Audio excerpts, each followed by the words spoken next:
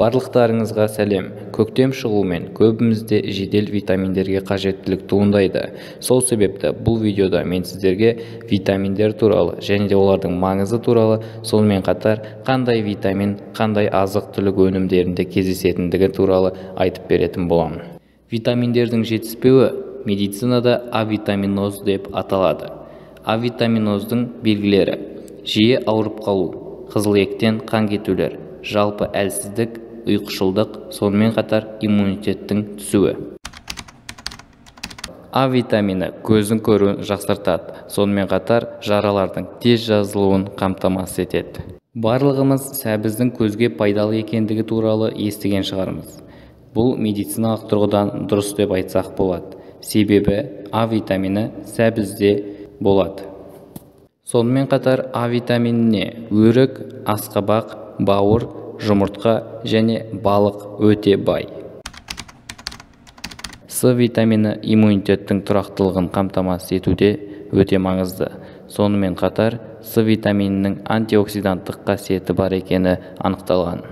С витамині цитрусты жемістерде, қарақатта және де тәтті бұрышта кездеседі.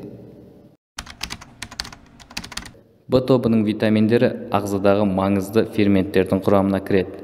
Ал ферменттер дегеніміз ағзада жүріп жатқан барлық реакциялардың құрамына кіріп, олардың тез жүруін және де оңтайлы жүруін қамтамасыз ететін заттар. Қалай ойлайсыздар, ағзада біз жеген тамақтан қалай энергия түзіледі? Қысқаша айтатын болсақ, сол жеген тамақтан электронды алып оттегіге жеткізу керек. Осының нәтижесінде бөлінген энергия АТФ ретінде жиналады. Осы бір қиын процесті ферменттердің көмегімен жүзеге асырады. Ал ферменттердің құрамында маңызды витаминдер, көбінесе Б тобының витаминдері болады. Бұдан да басқа ағзамызда миллиондаған реакциялар жүріп жатыр. Олардың бәрінде ферменттер қызмет атқарады. Осы ферменттердің құрамында витаминдер болады. Сол себепті В тобының витаминдері және де басқа да витаминдер өте маңызды. Б тобының витаминдері сүт өнімдерінде, жаңғақта, қызанақта және де орамжапырақта кездеседі.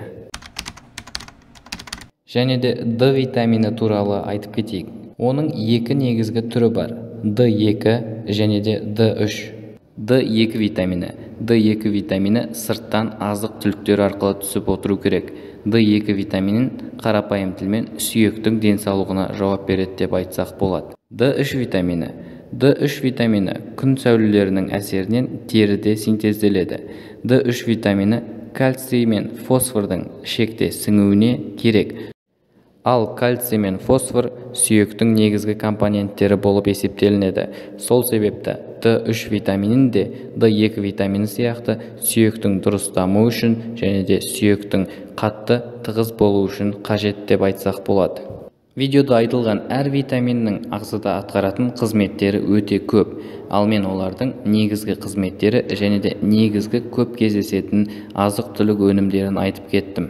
Өзіңіздің организміңіз туралы толық білу үшін және де денсаулығыңыздың мықты болуын қамтамасыз ету үшін менің каналыма жазылып кетсеңіздер болады. Келесі видеоларда кездескенше сау болыңыздар. Ең бастысы білімдеріңіз күнделікті шарықтасын.